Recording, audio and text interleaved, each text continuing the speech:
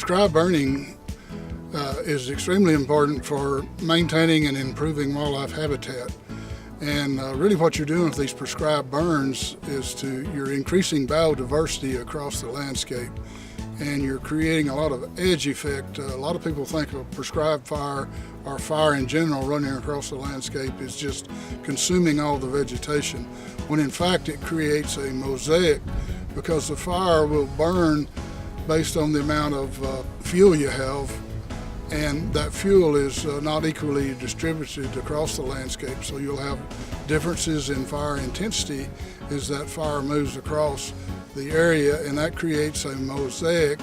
It increases edge effect, it increases biodiversity, it increases more niches for the wildlife, and for example on white-tailed deer, it top kills a lot of woody plants that are somewhat unpalatable when they're mature, but if you top kill those woody plants, they have the capability of resprouting at the base, and that immature regrowth at the base is much more nutritious and much more palatable to deer, and so it gives them a greater variety of forage selection, and it improves the quality of forage selection, and it also increases the availability of it. That forage, after it's been top killed, that regrowth is readily available to, for example, deer.